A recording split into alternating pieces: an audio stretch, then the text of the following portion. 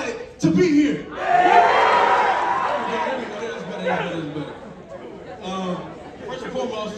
First and foremost, I want to say thank you to the faculty, staff, and Mr. Hill for allowing me to speak today here at my alumni school. So, if you didn't know, I graduated here about a year and a half ago in 2020, class of 2020.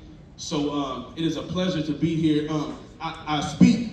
It's like my number one talent, and I just want to go far into that. So I say, hey, it starts right here at the school that, the teachers and different ones helped me get through school. So I said I'm going to return the favor to the ones coming up now. I have a beautiful message for you all in store.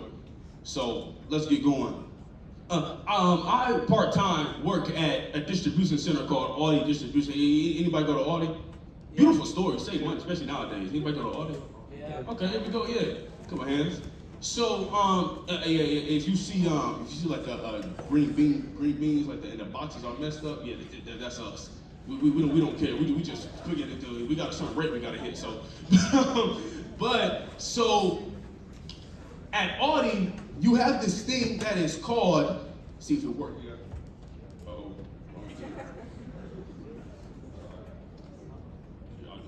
Okay. So you have this thing that is called. There we go. A pallet, right? Uh-oh, didn't mean to go. You have a thing that's called a pallet, right? So this pallet, you build it and you stack product on top of each other, and then after you do that and you finish a pallet, you take it to a lane, which is then shipped to a certain store in this area. So in building this pallet, it sometimes can be very difficult, right? But when building the pallet, you want to make sure that you put the heavier things on the bottom and you put the soft things on top. So next, what we have is a tugger. You see the two forks on the back. It allows two pallets to fit on that, and we drive the tugger around the warehouse and pick product. There's a lady in the headset that we use that'll tell us what to get and how many of that product to get. We build the pallets, and then we place it in the lane for the store, for you all to go and shop at. Now, there was one time, it was about my third week working there, that I had built a pallet, but I made a mistake without realizing it. I put the soft product on the bottom, right? And then I went and continued to pick, and I put the heavier product on top. Now, my foundation to my pallet wasn't solid, so I bet you can guess what happened. It all fall over. It was about to fall over, but thankfully I caught it. If I didn't wrap it, it all would have fell over. But thankfully I wrapped it in saran wrap for a little bit, and so I was able to catch it. And actually, there's a lot of people actually spill things there. There's like glass everywhere, and it happens a lot. So we don't feel bad for it. But what I want you to grab from this is that my foundation was not solid. Now, the same way, this is an analogy here, the same way it is with Audi, it's the same way with life. Each and every single one of you, especially right now at the most vital time in your life, you are building your pallet. You are building the foundation right now. The decisions that you make, whether it be at home, at school, or in public, the decisions you make right now is going to build your pallet for the rest of your life. And don't you realize that if you build your pallet and you put the soft things on the bottom, so if you make bad decisions right now, when you get older, your pallet is going to topple over. Your life is going to be destroyed. So knowing this, I have a question for each and every single one of you. What foundation are you building on? What foundation are are you building on? A couple of people name some things that may not have been too hot.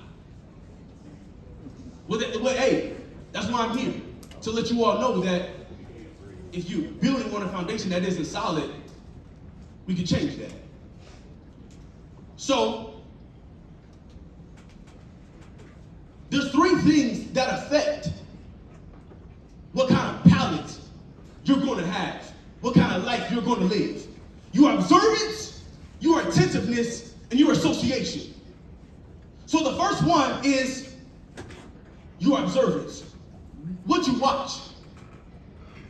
What kind of shows are you watching at home? What things are you watching? What places are you going to that you're looking and you're watching? Is it affecting your life in a positive way? Is it causing you to make good decisions, or is it affecting you in a bad way? What you watch. Briefly hit these real quick. The second one is your attentiveness. What are you listening to? What kind of music are you listening to? Young people nowadays seem to think that these rappers are just all that. Well, some rappers, they make music that you probably shouldn't be listening to. Because don't you realize that it's scientifically proven that what you take in terms of what you listen to, like different words and different verbiage and whatnot, you are actually going to say your own self. That's how your brain processes things. When you listen to something, that's exactly what you're going to say if you listen to it enough. Your attentiveness. What are you listening to? The biggest one is your association. Your association. Can anybody tell me what your association is? Yeah, we're down the back. Who you hang around? Who you hang around? Thank you, brother. Excellent. Who you hang around? What is your friend group? And as I'm asking these questions, I want you to examine yourself. And if you're not listening right now, it's going to affect you later on in life. You might want to fix your foundation right now, because it'll affect you the rest of your life.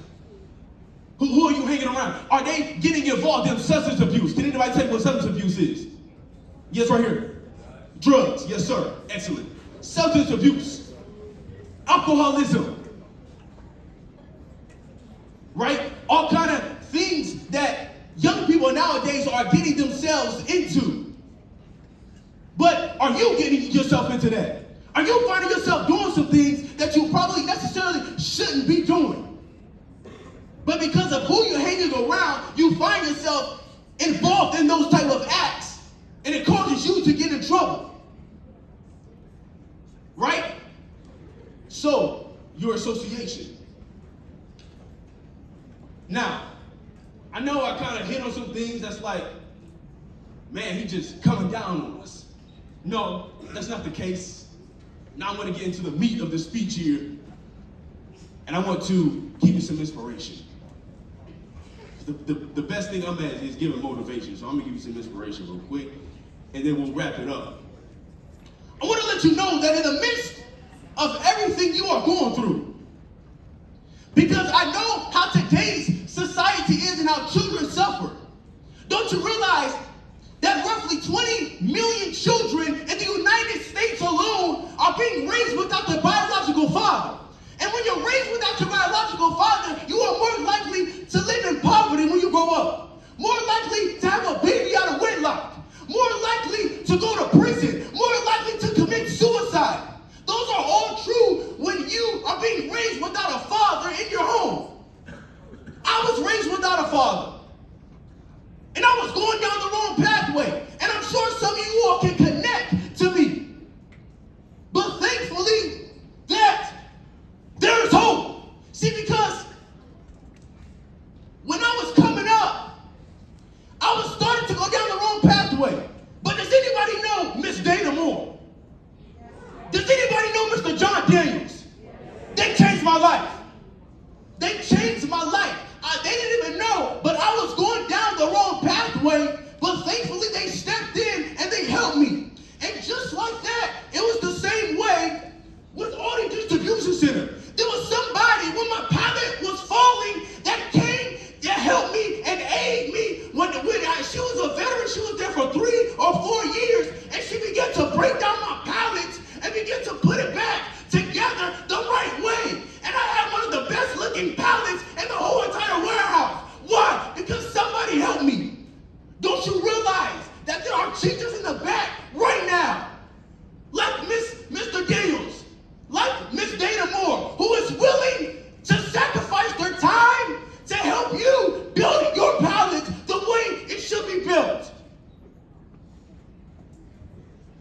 There is someone to help you.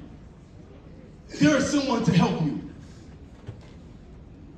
Community workers, myself, teachers. In the midst of everything that you go through, you may go through depression, you may go through anxiety, you may go through panic attacks. You may experience domestic violence at home. Maybe your father's not in the home like I hit on a little bit earlier, and it is affecting you in a terrible way. And your association, your attentiveness, and the things that you listen to, the things that you watch, and the people that you hang around isn't good for you because the way you've been raised. But there's hope for you today. I have hope for this generation because don't you realize that the easiest time to rebuild your palate is when you're still at the foundation? You are still at that foundation. It is the easiest time right now to rebuild the palate that you are building. The decisions that you make, the choices that you make, we can change it. We can rearrange it. You may be getting suspended every month. You may have gotten expelled from a school. In the midst of everything that you go through, we can rebuild your palate. I want to first and foremost appreciate everyone for being attentive and listening to what I have that I have prepared for you today. Realize that your palate right now may not look so good. Maybe there's some soft things on the bottom. Maybe you need to rearrange it and you need to build it in a different fashion. Well, that's why I came today. That's why I came today. Your palate can be rebuilt. Mr. Hill, teachers, community workers, counselors, mentors, myself, we all going to come and aid you in building your palate. If you would like to add me as a friend on Facebook, please feel free. It's right there. If you want to subscribe to my YouTube channel where I cover lessons like this pretty frequently, you can subscribe to the YouTube channel. And if anybody was affected today by the words that I spoke, please, and you want to talk about something personal and you need help, please feel free to take down my number and text me or call me or whatever personally, and we can figure out what's going on, get to the root of it, and try to fix the issue and find a solution for your problem. So once again, I want to say thank you for your attentiveness. Thank you for listening. I hope this was a blessing. And remember, as you journey through life, always ask yourself the question, what foundation am I building on? Thank you.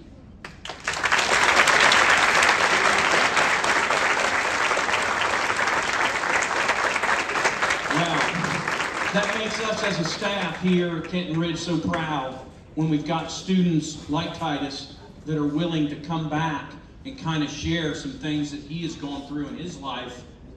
And some of you can really relate to those things. Now, if you do reach out to Titus, Titus will stay in touch with us. If there's anything we can do, he found his teachers in Mrs. Moore and Mr. Daniels. Let me tell you, every single teacher in this building has made a connection to you. Some of them you've made connections with, some of them you haven't. That's going to happen. But our teachers have done an outstanding job of making connections with students. So please take advantage of those connections. Talk to those people. That's the great thing about being here. That's why I've been here since 2003.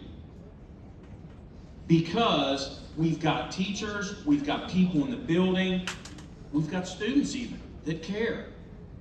Some of you guys may have friends that are going through some stuff.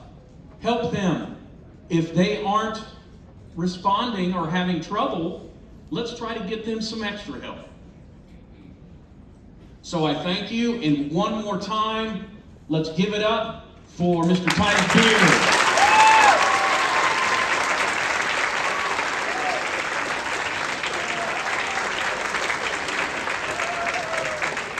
All right, teachers, at this time, if you could head back to class. Teachers, hold on, you all aren't